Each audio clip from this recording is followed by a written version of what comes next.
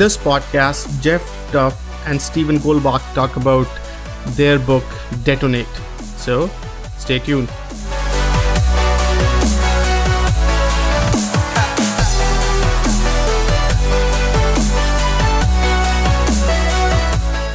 So, welcome everyone to Jobs of Future podcast. Today we have an amazing session for all of us planned. So, we have the authors of Detonate, an interesting book, and we'll talk about it in the conversation today.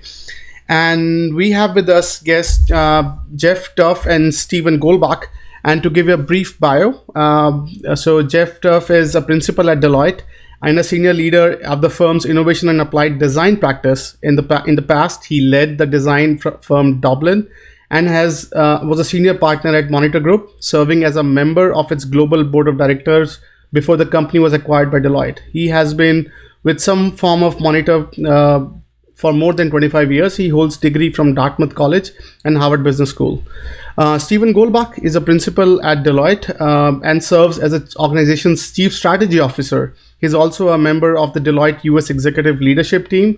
Before joining Deloitte, Goldbach was a partner at Monitor Group and head of its New York office.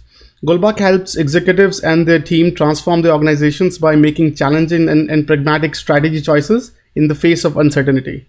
He is an architect, expert, practitioner, and teacher of the variety of strategic methodologies developed and used by Monitor Deloitte over the years. Serving clients in many industries, including consumer products, telecommunication, media, healthcare, Goldbach helps companies combine rigor and creativity to create their own future. He holds degree from Queen's College at Kingston and Columbia Business School. With that, welcome to the podcast, guys. Thank you. Thanks for having us. Beautiful. So, exceptional background, by the way. So why don't we just walk through your journey, like your background, what has led you to this book called Detonate? Want to go first? Go ahead, Jeff. Well, so I would say, for I'm sure you've taken a look at the book, and for anyone that has read the book, I have a somewhat ironic journey, given one of the pieces of advice we give in the book, which is to embrace impermanence. And I've had a not very impermanent career in consulting for over 25 years at this point. But the interesting part of that, I think, has been I have always been open to doing something different along the way. So I've been considering other opportunities. I have been looking for ways to redirect my career. But what has happened over time is I've continued to find fascinating issues to work on with my clients. And that has kept me around in a variety of different roles, working for a variety of different companies over time. But really that has been my journey up until this book has been everything I've learned from my corporate clients over the last 26 years now. Yeah. And it's funny, if you go back, 20 years or so, I aspired to the kind of career that Geoff has had. And I was the world's worst business school applicant and was rejected by every business school under the sun before I was admitted. I was including by the school I eventually went to.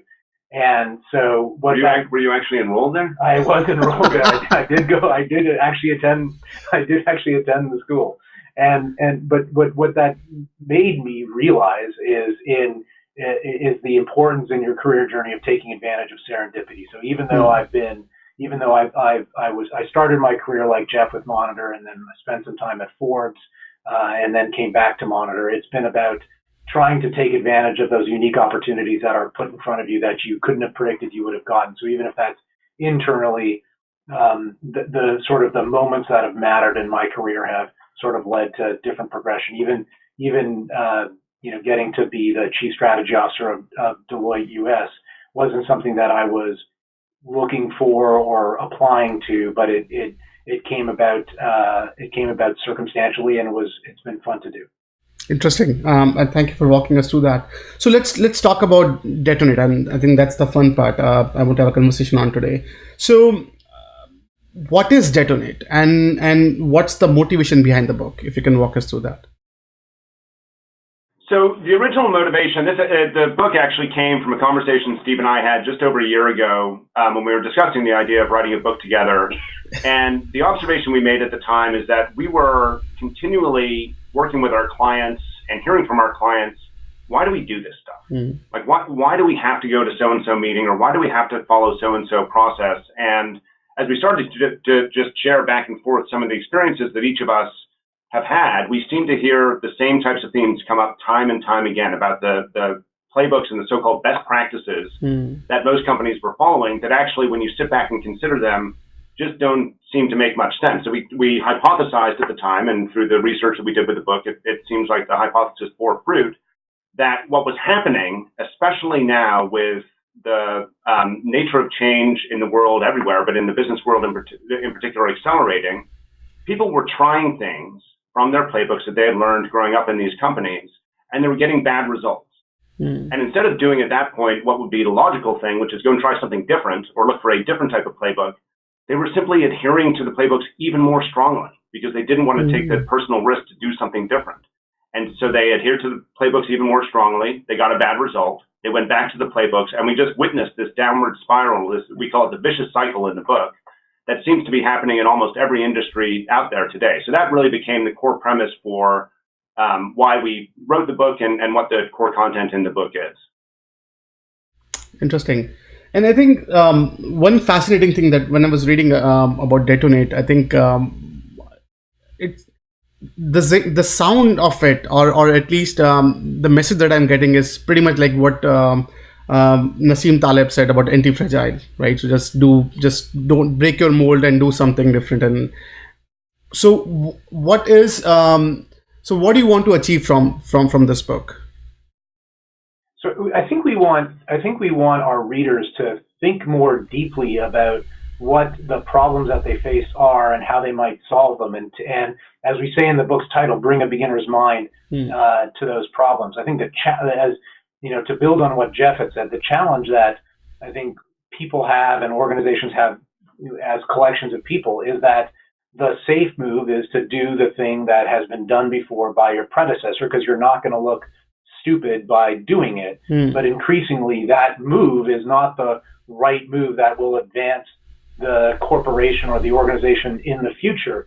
And so, but the reason for the underlying motivation to make that choice is because I personally feel safe. And so what we have to do is detonate the thinking that says, well, you know, this must be a good idea because people have done it before, to getting a better logic for why you might choose to do something, which is we believe it's going to delight our customers. We can see a path to changing their behavior. And so the cause that we want to, the effect that we want to have, that we want to be the cause for, is causing people to not accept we've done it before as a good answer, and instead think about, well, what is it that we're trying to achieve, and how will we affect that change? Interesting. And I think one thing I was noticing in the book was, I think, your emphasis on just get rid of best practices, or at least shake them enough. Like, businesses have been relying on that for quite a while. Like, why do you suggest changing it, and what's your thinking behind that? So there's a core belief that we have, and I'll come to it in a moment about what best practices will lead you to. But let's be very clear about something. Best practices exist for a good reason. So these weren't just simply made up by someone and claimed to be best practices and never worked. These are actually things that have been in place in a lot of organizations for many, many years. The consulting industry itself has propagated some of these best practices and what it has taken to some of its clients. And what has happened over time is people have learned the quote unquote right way of doing things. But especially when we face the increase in change that I mentioned before, you've got to just pick your head up and consider, are these really the best practices? Yeah, even if you just think about it logically, the best practice that you may have in your organization is likely shared by others outside your organization in your industry. So your competitors are probably using those best practices. And what in that circumstance makes them best? Wouldn't that just make them the average practices if everyone is actually using them? And so beyond being the things that lead to playbooks and orthodoxy within organizations, we actually think they're not a good source of competitive advantage, and actually doing things differently and considering the fundamentals behind a business, as Steve talked about before, is what is going to lead to competitive advantage. Interesting. And that'll just build on that. I'll just build on that, Vishal. So the other thing that we would say is that, look, there's some things that you should just pick up on because they're non-stupid. And we start the story we start the book with a story about Billy Beane and the way he reinvented the practice of using analytics in baseball. And this is a perfect example of where not following something that's been proven to be better is simply a silly idea. So, but what it also showed was if something was available to everyone, as analytics are in baseball, it wasn't going to lead to competitive advantage for Billy Beane and the Oakland A's, which, while they had a fantastic season in 2000, other teams like the Red Sox and the Yankees and the Cubs, who are playing money ball with more money, have achieved far greater success leveraging analytics. And the teams that haven't adopted analytics are simply also rans now, and they're just performing worse. So when there's a good idea, you should adopt it. But what we're seeing with disruptive technology is that the good ideas that have been good in the past may not be the best going forward. So you've always got to go back to that first principle type thinking where you constantly re-examine, is this really the best idea that we can have? And then sometimes there are best practices that you want to follow because they're merely non-stupid and you should do them, but they're going to be available to everybody else. And sometimes you have to invent things that are going to create differentiation for you, like Geoff said. You can thank Steve for all the sports analogies in the book, by the way. Yes, I think, and by the way, amazing cartoons as well. I think that's also something to keep you awake. Well, Tom Fishburne was awesome to work with. I know, he was big fan. Couldn't no, agree more. great. No, Tom. Yeah. So, one thing that I was thinking about when reading the book, and this is from my personal experience of personal engagement with leadership at data science related companies. It's a great book for a strategy group, right? So they're always thinking about what new thing, how strategies are impacting, how things are changing, and all that. But if I'm at ops level within an organization, I have been doing what I had been doing. I've been told I've goals are assigned. Everything is.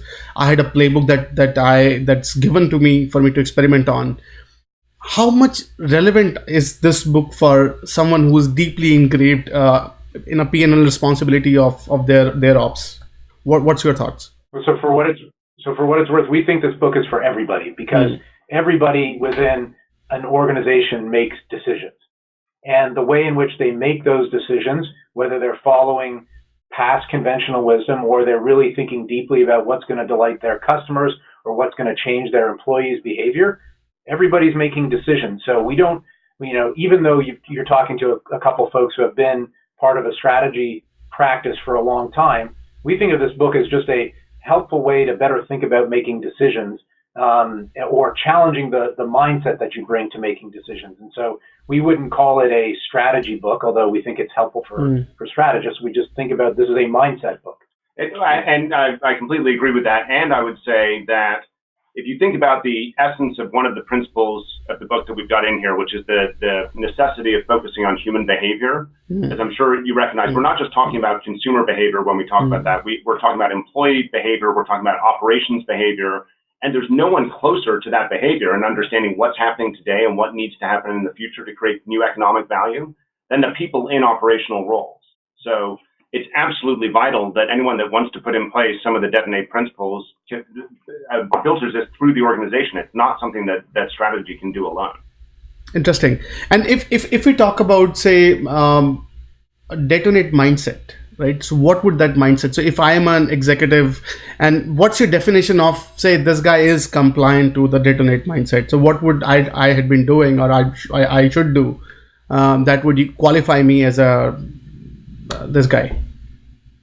Absolutely. So we talk about the Detonate mindset as having two different halves. One half is about thinking differently, which is really the mindset part of it. The other half is about acting differently. But the two components of thinking differently are, number one, as Steve talked about before, bring a beginner's mind to everything that you do. Don't presume that your past expertise or the people that came before you in the company, their past expertise is going to be what will carry the day. And instead, consider things from a fresh perspective. That's sometimes difficult if you've grown up within a company or an industry, but keeping an open mind and keeping an open aperture on the variety of different possible solutions to any sort of situation is absolutely vital. And we talk a lot in the book about how to spot and challenge orthodoxy, which I'm happy to go into in more detail later on if you're interested. But that's one of the key tools that you can use to bring a beginner's mind to situations. And the reason behind that, by the way, again, as we mentioned, most of what we're saying is mentioned in the book, so I can probably stop qualifying most of what I say with that. But there is a quote that comes from, I think it's Zen Mind, Beginner's Mind, or something along those lines, which is that in the mind of the expert, there are few possibilities. In the mind of the beginner, there are many. And I'm probably getting the quote a little bit wrong there, but that's entirely the point here, that if you bring a beginner's mind to situations, you're going to see many more options and many more ways of acting than you would if you're the so-called expert. So bring a beginner's mind is one critical component of the Detonate mindset. The other component is to focus on human behavior. And so we have a very simple hypothesis and a belief, I think it goes beyond the hypothesis, that the most basic unit of economic analysis for any company is human behavior. And I don't care how machine operated you may become or how much you've been able to build technology into your operations. At the end of the day, your growth and your profit margin is being driven by someone choosing to act in a certain way. So there's a truism from the world of marketing, which has been true for decades and decades now, which is that if you want to be really efficient in driving growth in the market, what you need to do is identify the right customer behavior. So get someone to buy a new product or to pay a little bit more for an existing product or what have you. And then identify amongst all the different behaviors you could drive in the market, which ones are going to have the most economic upside, and then aim all your resources at driving that behavior. Well, that's a bit of an overstatement, maybe not all your resources, but really focus most of your resources disproportionately, on driving that behavior. And that's something that people have known for decades, but you rarely see it put in practice. We're simply taking that notion to the entire operations. The same thing can be applied if you're a machine operator in a manufacturing company. If you can identify how you want that machine operator to act differently to drive efficiency, for example, into your process, it's going to have as much leverage as driving a certain customer behavior. And you've got to change the incentives for that machine operator in order to change the behavior, which is why we talk about the existence of that vicious cycle, which is you've got to make sure that you change the motivation so that the result that you want, which is that machine operator to change their behavior, actually happens in reality. And then, Vishal, there are the two other principles that are around act differently. So Geoff talked about think differently, and the two principles around act differently are making minimally viable moves. So in a world where we believe that it's harder than ever to analyze the past in order to create the future, if that's the world that we're living in, because the world, if people believe that the world is changing, then the past is going to be increasingly less good of a predictor of the future. And that's what we hear from executives that we speak with. And so it's incumbent upon them to put things out into the marketplace to test to see whether they'll work as the means for learning. And so we talk about a concept that is a build on concepts from design thinking and agile, which is make minimally viable moves, which is try new things in the marketplace before you launch them really big, so that you're instead of launching something really big and then learning and celebrating failure, we'd say, well, actually, let's not have to celebrate that failure. Let's not fail so big and actually fail at a much, if we are going to have our hypothesis proven incorrectly, do so at a smaller scale. So we would suggest that one important element that needs to be built in is minimally viable moves. And the choice of words there is purposeful, because we're not just talking about products that we're launching into the market there. We're talking about any sort of organizational move that you make. So the same concept, as Steve said, that comes from the world of design, where you develop a minimally viable product that you can test with the market, that can apply to making an organizational shift, for example, or trying a different process out, or what have you. You don't go and take on a big honking set of risks to go try something differently. Do a controlled experiment and course correct as necessary. So for one example that I can give you within my organization, we do a sensing report. We do a sensing report for our strategy group inside Deloitte, and I wanted to make some changes to it. And rather than say task a team to go off and develop a new sensing report, I said have a prototype on my desk in 2 weeks. I just want to see what it looks like. What would you do if I was the customer? And initially, of course, my team was like, well, I need a lot more time to do it. I said, no, I don't want to give you any more time. I want you to just do the best you can in 2 weeks, and we're going to, you're going to do a great job in a couple of weeks, and then we're going to do something different. And then just to complete the four the 4 principles of Detonate. The last one, which is complementary to making minimally viable moves, is embracing impermanence. And the reason we want to embrace impermanence is because once we erect structures and processes and roles around things in an organization, become really hard.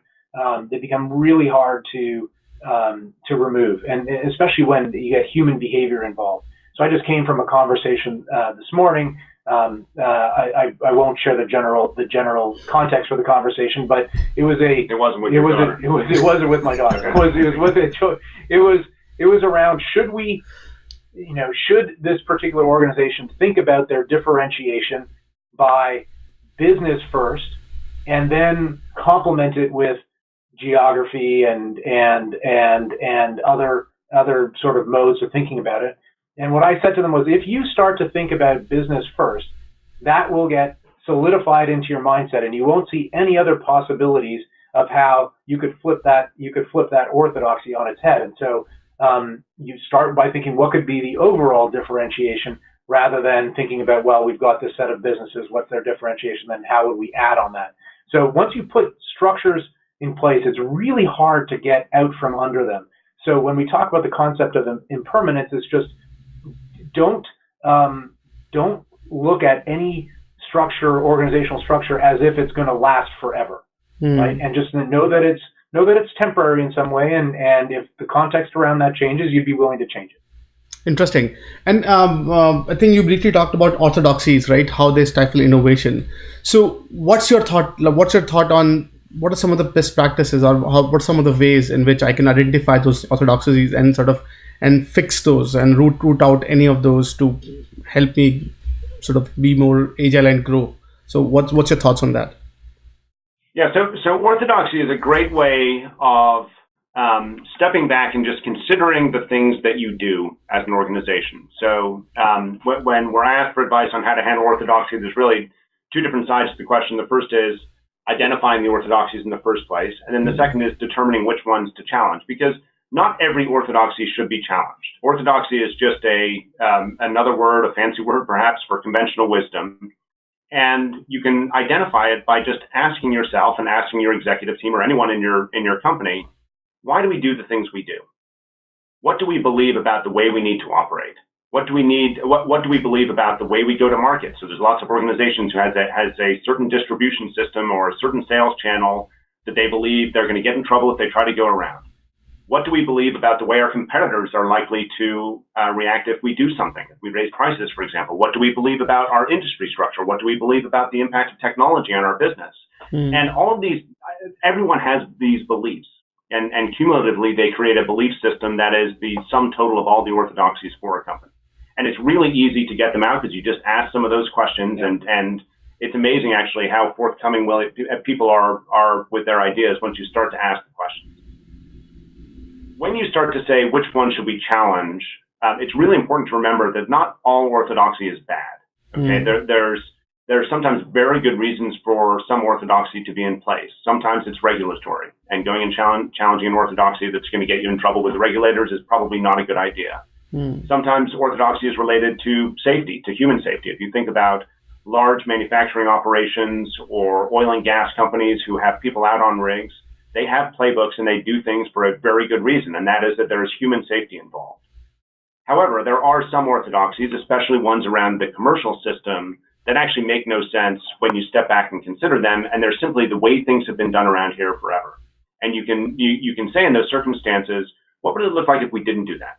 So what would it look like if we didn't use this distribution channel? Or what would it look like if we didn't raise our prices on the third to last day of every single quarter?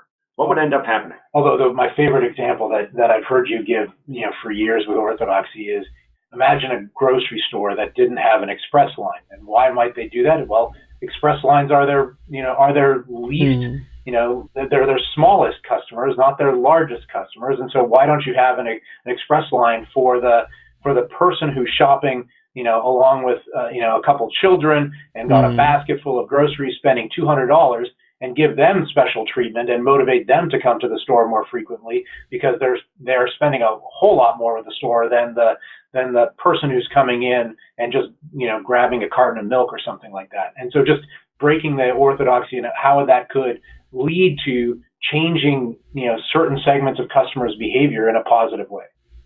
And the cool thing about doing that, about challenging orthodoxy and saying, what would it look like if this didn't exist, is it forces you to look outside. It forces you to look at the way other people operate, and you should ask, can we see any evidence of other companies, either in our industry or outside of our industry, that don't follow this orthodoxy? What does it look like? And then try to imagine that within your own. And it's, as we've gotten into these conversations with people, both while writing Detonate, and now that the book is out, it's amazing how many light bulbs seem to go off in the moment where people say, that actually doesn't make much sense. There's no reason why we do things that way.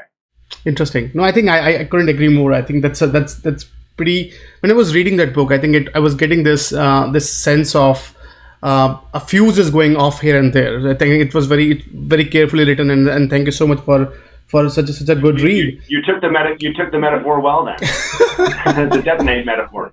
Right, exactly. So it's I think it's one thing that sort of from my experience that I was, when I was reading that, I was thinking from a 3 mindset. So whenever I talk to a team, I talk to are they representing a jungle gym scenario where the innovation, they're more responsive to sort of whatever ideas. The ideation is very, very, very responsive. The other thing is like driving in off-road. So sure, they are going somewhere with there's some sort of structure given to what they want to do, but it's not, they still have not figured out the scaling mechanism yet. And the third type of sort of whether you call it companies or teams or whatever, is the highway, right? When you're just walking or driving at 80 miles an hour or maybe 100 miles an hour, barely have any chance to sort of look around or back, or all focus is on the speed. So when sort of from your vantage point, when you deal with sort of these 3 sort of container of clients, how would they perceive Detonate, or how can they sort of utilize the idea of Detonate mindset in their respective quorums? If you can share some perspective on that.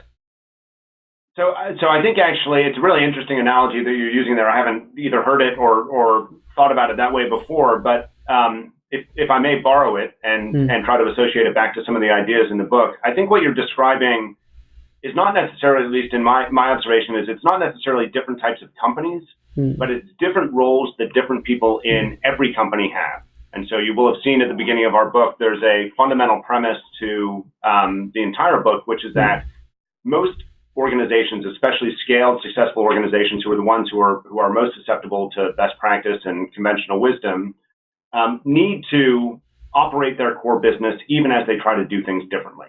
So I would call your superhighway, where you just kind of get in the car and go as fast as you can, never look back, somewhat akin to what it means to operate a core business. Doesn't mean operating a core business like what you're meant to do as a company is easy, but it does mean that the guardrails are there. You know the direction you're going in. You know how fast you can go without the wheels coming off, and hopefully you can do it without getting into an accident. And that really is meant to be the machine that funds the rest of the innovation system. When you start to go off-road, though, or when you're, and I didn't hear your first example, okay, so when you start to do something that's off the highway, that's when you start to get into adjacent or transformational innovation spaces, and where you don't want to be putting the pedal to the floor or using the same assumptions about how you drive on the highway. I'm now probably getting twisted up in your. But that's where you can see only enough about the path in front of you, right? Right, and so you want to try to stay. That's where the concept, I think, of minimally viable moves would come in, because you don't know where the path is going to go, or if there's a rock in there, and so you want to proceed with some caution and use different equipment in that particular situation. The one thing I would say, though, that we're increasingly seeing is in the highway scenario. The challenge that more businesses are having is that they presume, like, this is precisely the thing that we want to change. The presumption is that the road is going to continue to be straight and well paved, and the conditions are going to be clear driving. There's actually a cartoon in the book where the person is looking back at her passenger, saying, well, based on the road so far, it should be a straight shot from here, and missing the signs that the road is actually going off-road. And we think that's a good metaphor for what we're facing, what companies are facing today, which is the road has been well paved and clear, and the problem is there's going to be something out there that's going to cause that road to need some construction. And so it's better to be the cause of that construction than it is to be the outcome of that construction. And so you don't want to be going 80 miles an hour into an off-road situation. You can think about it, Steve, as the cop on your superhighway. How's that? Yes, awesome. So I think very interesting, by the way. So I think you also we're talking about sort of dismantling P&L, right? So you're talking about that if we dismantle P&L, it will be a best thing on the bottom line. Like what's the thinking behind that? If you can walk us through that. So Geoff talked earlier about the sort of the most basic element of business is customer behavior. And the thing that we want to dismantle about P&Ls is the focus on, kind of, as we said with the road, looking backwards at what we've done from a revenue perspective and just linearly extrapolating that into the future. So the way that most companies do financial forecasting is say, well, we've grown at 5% over the last few years. Conventional wisdom has the industry growing at 5%, and we're going to get our fair share. So therefore, the revenue forecast is X, and we want to have our profit be Y, and so therefore we can afford to spend, this much in generating that revenue. And the thing that we like when you think about it from a real world perspective, the world literally works in the opposite way. We spend money to create to change people's behavior, to create that revenue. And it's the mindset that we want to shift, which is that somehow we have an inalienable right to that revenue in the future without doing anything differently. And if people believe that the context around our consumers' behavior is changing, then you've got to have the flexibility to do different things. But that P&L and the way we do financial forecasting is a constraint on thinking differently about what it's going to take to change people's behavior in the future. Interesting. And I think one thing I was I have so much respect for something like this, right? So if you look at the ecosystem today, like most of the companies are, at least you're right that I'm terrified with the companies who are on highway right now, right? If any flick of change and they're off, they're just totally busted out. And we can name bunch of interesting companies that we have never imagined would be folded in last maybe decade or maybe 5 years, maybe 2 years. From your vantage point, how much of their problem was what you're describing, the Detonate mindset? How much of is the primal reason why they are not able to sustain the similar sort of mindset when the entire transformation is happening underneath these guys? Well, a lot, I think, is the short answer. I mean, there's a few examples we talk about in the book, and I think a lot of it comes back to Steve's point about the inalienable right to a certain revenue stream or the world operating in a certain way. So Kodak is one of the companies we talk about in the book. It is a famous example of a company that was on top of the world for some period of time and then suddenly and dramatically was not. And the key issue that they had is they did not believe, even though they were the ones who actually invented the first digital camera, they did not believe that the world was going to shift as suddenly and as aggressively towards digital. And really what they wanted to do is protect their short-term revenue stream. They wanted to continue to be essentially a film production company. And when I say film production, I mean producer of films, not camera films, not a media powerhouse. And look what ended up happening. And we weren't in the boardroom at the time. We don't know the full inside story, but what you hear anecdotally and what people have written about for years about Kodak is they had those blinders on and they just wanted to stay on the superhighway as it had been mapped out for them. And they just couldn't conceive of things actually being different. So imagine, instead of the P&L or the financial planning session let's pull it away from Kodak, make it just about anyone, but imagine instead of starting that by saying, what do we think our revenue is going to be in 5 years? Imagine if they said instead, what do we think consumers are going to be doing in 5 years? What do we think the right behavior, what do we think the behavior of, in Kodak's situation, the picture taking public is going to be in 5 years? And then they would have gone there to say, what is going to be financially beneficial for us? What behavior can we drive that's actually going to drive real good financial outcomes for us? and what therefore do we think we can earn from all of that? It's a completely different approach to not just doing financial planning, but to doing strategic planning generally. Interesting. And in when you were sort of crafting this book on called Detonate, how much did you appreciate the existing culture of a company? Like, how much do you appreciate that businesses maintain and preserve and protect their culture when they look at the Detonate mindset? What's your thinking on that? Well, actually, what we'd say is that we need to detonate aspects of our culture. And if we want to get different, like, culture is a massive motivator of people's behavior inside an organization. Right. And it's a choice to have. It's not something that happens magically. It's a choice by the leaders of that company to have that culture. And what the leaders can do to change the culture, to promote a mindset more consistent with the principles we outline in Detonate, is to ask different types of questions or change the way people are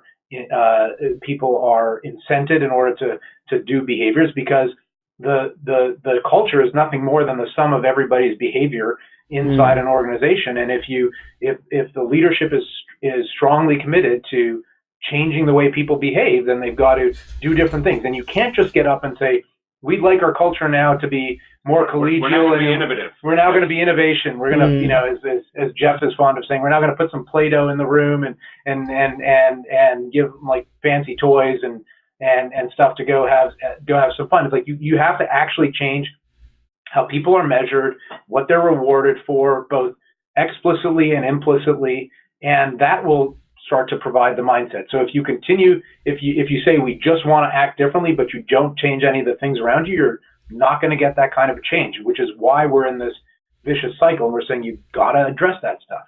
But you led, Vishal, with a really important word in that, which was respect, and respect for the culture. And I do believe, I think we both believe that this can be done respectfully. This is not, despite the name of the book, this is not about coming in and throwing bombs everywhere. It's about taking those small steps to try things differently, to shift behavior over time. And the behavioral shift isn't just going to be able to be enacted by the so-called millennials or the younger generation. This is something that everyone can take on themselves. And so we do believe that this is a shift that, even though it's an aggressive one, that can be done with respect for the people that work in the organization, but also respecting that things are changing. Yeah, and that's why we came up with the title Detonate. There's something about the word which is about a controlled explosion, right? So it would have been easy to have explode or something like that, but Detonate was about targeting a blast at a certain type of behavior that you want to change. And that's what we think organizations need to do, because we are very respectful of the challenge that large organizations have, which is you've got to continue to run your business while making this change. And you can't afford to just blow everything up and still have these massively scaled organizations. And so it's got to be a directed and precise change mindset. Interesting. And I think one more thing that I was slightly confused about, and I think helped me understand that. So in some places you talked about failure is not okay, right? And then you also talk about, hey, don't build your company that lasts forever, right? So if you can walk us through why this shift in mindset and what do you mean by that? So failure not being okay is, I'd like to expand on that slightly and say that what's not okay is celebrating failure. I don't know if you remember the cartoon in the book where you had the guy. I heard failing is cool now, and actually failing is not really that cool. Right. The key though is that in order to make progress, you absolutely do need to learn, and it's very hard to learn without taking some missteps along the way. But in any sort of circumstance, whether you're talking about launching a new product or making an organizational shift, the key though is to make sure that you're not opening up yourselves to such potential loss, such significant potential loss, that what ends up happening is you fail outright. And it's amazing to me how often we see these days, if a new product launch has gone badly for a Fortune 50 company, or if there's some sort of explanation for why quarterly results weren't quite what we thought they were going to be, where the scapegoat to all of that is, well, we have a belief in failure. We believe you need to fail to continue. And I would argue that in most of those circumstances, the risk that company took on was way too huge because they did not take the small steps to learn. And so there's an aspect of failure, I suppose, that if you're taking the small steps that we talk about behind minimally viable moves, there's an aspect of taking those small steps when you course correct, which is a very, very small failure. But the key is it's a failure that is so constrained that you're never going to fail outright. And that's what we really believe. And we would differentiate failure from having your hypothesis proved wrong. So I think the thing that we want to get rid of is making bets so large that you can do nothing more than celebrate the fact that you were wrong, rather than saying, I've got a hypothesis and I'm going to test it on a small scale to migrate my thinking. And if you do that, there's no reason to celebrate the failure. It's like, well, I learned something. We're going to keep going because we've got enough ammo to still invest in here. But that's kind of the celebration of failure that we want to get rid of, because it's really become a crutch and a substitute for actually designing a better test.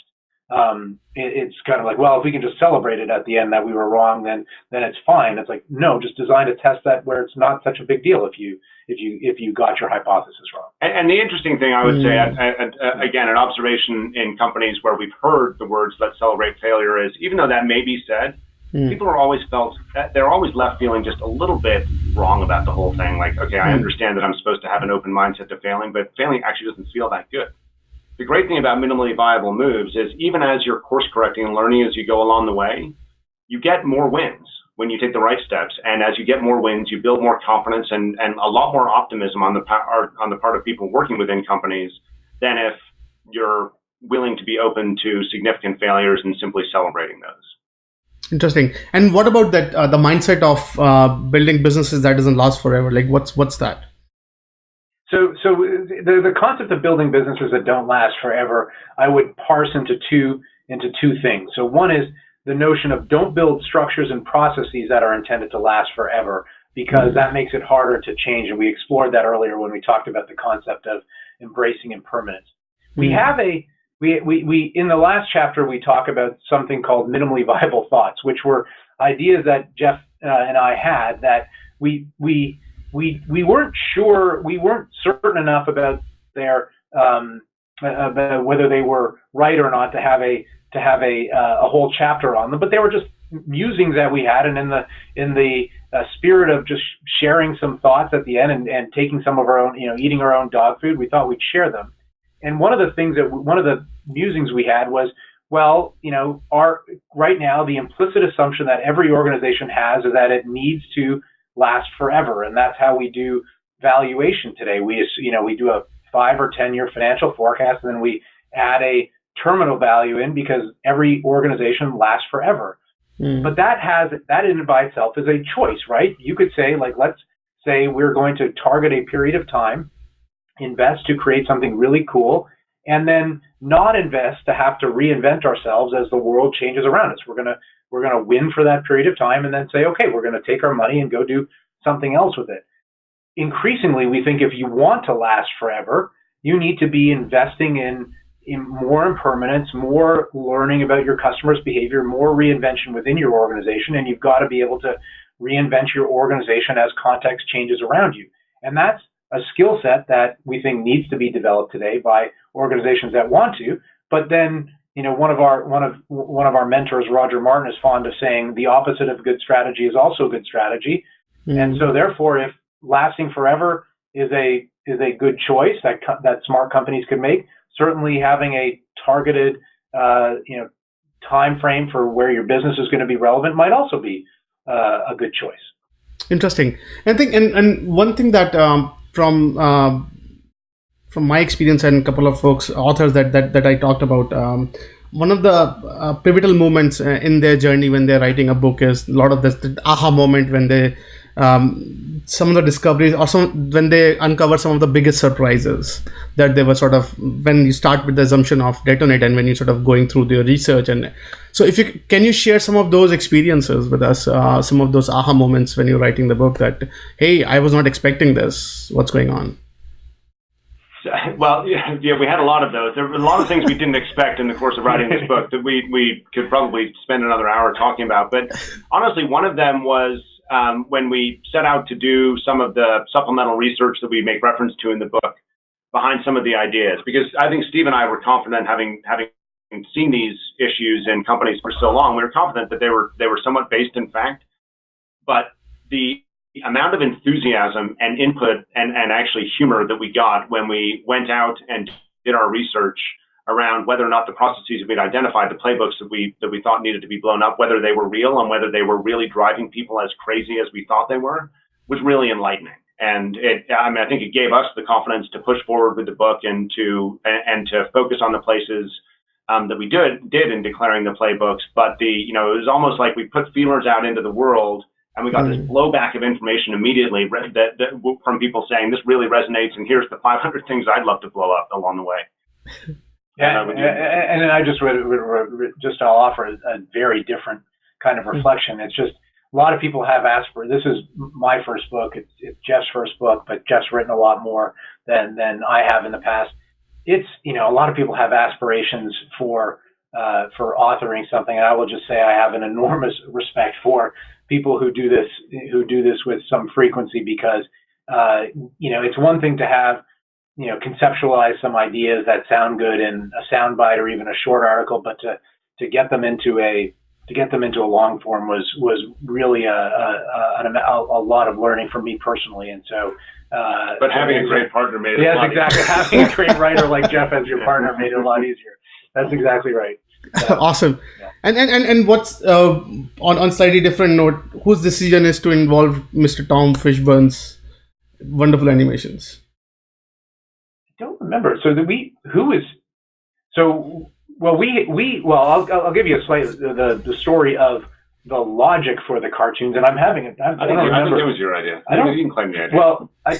Well, Geoff had said, so we were there was some productive tension in the creation of Detonate between Geoff and I, whereas I think I had a little bit more of a traditional book in mind, and Geoff was like, no, we want to make it like a coffee table book, and with lots of colors and graphs and different formats. And you can see how many colors I got in his book. and his it wasn't the colors, but it was the I think what we said was what we settled on, the objective was that we just didn't want to make it a regular business book. We didn't want to make it sort of a here's the paint by numbers approach to do it. Here's the problem, do it like this. We wanted it to be a little bit more about here's how you should think differently and kind of have a little fun with it. And so somehow that manifested itself as let's get a cartoonist. And we had a wonderful colleague of ours, Megan Sullum, who did a bunch of research into who were some cartoonists out there that we could work with. And we ended up finding Tom, and he was fantastic to work with. So we'd send him drafts of our early chapters, and he'd start to create cartoons, and it was great for us to see how the ideas were resonating with him, and actually was just a really fun partnership to have. And I think any reader would be happy that his pictures did save 1,000 words, because that's true. Would have been a lot longer without Tom being involved. Yeah. I think when I was thinking, I could have just skimmed and just look at the picture and just move on and then see what's going on there. That would have saved me. But I think it's a well-written book, by the way. So now let's talk about from the leadership perspective, right? So if suppose I'm a CEO and then I want to understand, sell this idea of Detonate mindset, I think, and not being yelled at by my board that, hey, get the F off and whatever, right? So what's your thinking on that? Like, how can I sell this idea of Detonate mindset to my leadership or my sort of subordinates within the company? So I think any leader has a choice if they want to adopt this mindset. Do they try to address it head on, or do they try to do it subtly? And I think consistent with our recommendations around minimally viable moves, I would suggest at least starting subtly. And the most powerful way that we talk about in the book to start subtly is start asking different questions. So you as a leader, any leader in any sort of executive function or non-executive function, if you're leading a group of people, drives a certain behavior in their part of the organization based on the questions that they ask. And so we talk about one of the questions that seems to always be asked is, what's the ROI of this move? What's the ROI of this investment? Imagine if instead of asking, what's the ROI of this investment? You were to say, let's pretend that someone is bringing a new product idea to the table, and you say, okay, prove to me that it's going to be valuable, prove to me it's going to be profitable. Instead of saying that, you say, how can we get to market as quickly as possible to test a small part of this? That move in itself starts to push people towards the detonate mindset and opens up new opportunities of doing things differently. And now, I do believe that there needs to be a balance there. So if a company wants to adopt the principles of Detonate across its organization, you're going to have to be a little bit more overt than that. But I would start with those small steps. Yeah, and the other thing is just demonstrate it themselves, like to the extent that they can. Like just say, like, I'm invested in this. We're going to do this differently. Make some changes. Make some, to figure out how do you shake up leadership, bring in new ideas, bring in someone from, who doesn't have any expertise. There's lots of different ways that you can demonstrate it. But I think, as Geoff said, the easiest way to start tomorrow is just by changing the nature of the questions you ask. And we've been getting a fantastic reaction from senior executives to the ideas in Detonate. And without going into it in too much detail, the general reaction has been, wow, this is readable, it's helpful, and I want to get this out to my whole organization. Hopefully they will start to do things differently. So we applaud those that have started to do that. Interesting. No, I think I definitely second that thought that it has, as a leader who's worried about the future, it's a very eye-opening that you have to reconsider, and it's sort of very out there. So what's next on Detonate? So like, what's your vision with this particular book? Do you think it becoming in itself a best practices guide that you said, hey, you probably should challenge? What's your thought behind what do you want to achieve from Detonate? Well, in some respects, Detonate in itself was a minimally viable move for Geoff and I. And so we didn't have a grand plan going in that there was Detonate and then, Detonate 2 and Detonate 3 and something. And then one called Put It All Back Together. Yeah, put it all back together. Like we've got some ideas. We've got some ideas. We want to get them out there. And we're still in the let's get them out there stage and see what the reaction might be.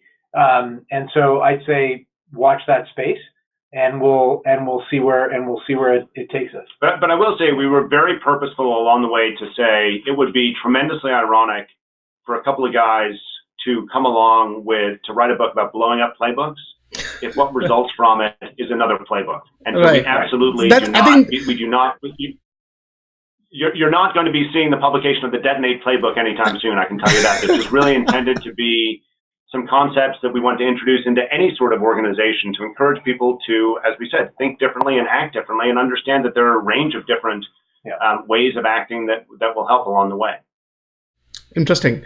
And so we are almost at the tail end of the conversation. And by the way, Geoff and Steve, thank you so much for being really candid about your time, with your time, and about the thoughts on what went behind this amazing book. So one thing we ask all of our guests to share is some of their favorite reads that they want to share with our listeners and viewers. Besides Detonate, which is, again, I would definitely recommend. It's a great book if you care to learn about how you should stay relevant in future. So what books you would like to share or with our communities? So I'll say my book. I like fiction, and one of the reasons why I wanted to write a non-traditional business book is I'm a terrible reader of business books. So if you're asking me honestly, what books I would recommend, my favorite book of all time, and it actually was somewhat recently made into a movie, is Cloud Atlas by David Mitchell, which I won't explain all the various different reasons, but it was just a fantastic shift in the genre and a different way of thinking about writing a fiction book that I will go back to time and time again. And I love a lot of his books. But one that I've read more recently that I think is probably a little bit closer to home here, and it bridges the world of fiction and business and innovation, is called The Last Days of Night, which is a very well-known book. I'm sure lots of people have read it, but it's about essentially the advent of electricity and the real characters like Edison and Tesla and others who were involved in the invention of electricity. And all of the same challenges that we see in innovation today appear to be in place around the most iconic version of innovation out there, the invention of the light bulb. And it was a fantastically written book that told a true story as well, or mostly true story as well.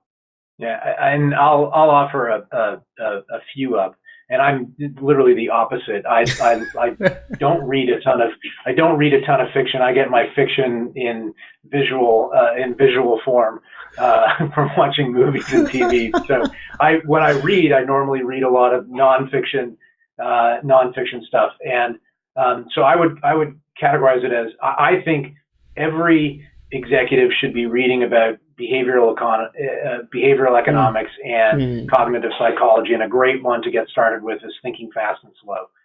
It's just a great it's a great lesson on how the human mind works. It works in practice, and how we know so much more about how the mind works and how and the details of human behavior and how they respond to. And it's not always, the logical way that you might expect. The other pair of books that I would pair together would be The Opposable Mind and Creating Great Choices, which is about which are by Roger Martin and then Roger and Jennifer Riel, where the reason I love those two books is because it challenges the notion that leaders have to choose, right? It says, amongst two crappy alternatives, most leaders just say, I'll choose. And the best leaders say, well, I'm going to get a better alternative. And they talk about how they do that. And I think that's very consistent with the mindset that we want to share. It's like, go create your future as opposed to accept to otherwise crappy alternatives. And then the last one I'd name, and it's another nonfiction, but it's a bit more, towards that end is The Big Short by Michael Lewis. And I have read that one. I love that because it's just about a bunch of guys who basically said this just doesn't make any sense, and they were willing to place a really big bet on something that didn't make sense and stick to it in the face of a lot of conventional wisdom that suggested otherwise. Interesting. Fascinating set of books. I think. Thank you so much for sharing that. So, as a last question, but not the least one. So, if our listeners and viewers would take away something from what the Detonate that we have not covered in our conversation so far, what, from your vantage point, what would that be? What would be a takeaway that you would want users and listeners to take away from Detonate? Yeah, I'll start by just saying a really simple one. So, if you're getting that feeling in a meeting where something just doesn't make sense, or you're feeling uncomfortable that, I'm not quite sure why we've always done this, or if you're having that feeling, that's the time to say something and ask a question about it. That would be the one, if there was one takeaway, I'd say when you start to get that queasy sense in your stomach, I would, ask a different question. And I'd add, and maybe we'll end, just go do something. This is not, the principles of Detonate are not something where you need a 6-month plan or a 18-month plan to go and try things. Just simply getting out and, to Steve's point, asking a different question or trying to do something a little bit differently is a step in the right direction. And that's how it all starts. Interesting. With that, again, Geoff and Steve, thank you so much for spending a good amount of time with us, walking us through your journey, through explaining us what Detonate means. Wish you guys nothing but success on the book. I definitely would recommend. I would leave a comment on Amazon as well. It's a good book, and folks should get that. And you're always welcome on the podcast. Welcome back anytime in future. Maybe talking about journey in Detonate, maybe on to your next book, maybe Nuke or whatever. So definitely wish you nothing but success on your journey. We'll bring out the big guns. Exactly. Thank you so much. All right. Thank you, Vishal. All right. Bye now. I thought I was sick of home, but actually I was homesick. Never really knew that I would have to grow up so quick. I'm so uncomfortable, don't know anybody here. Just a couple dudes that I met once, that's it. And I go into the booth feeling nervous. Got butterflies in my stomach like I'm so worthless. Is the mic on? I don't know how to work this. Inside I'm breaking down, I hope I'm not up on the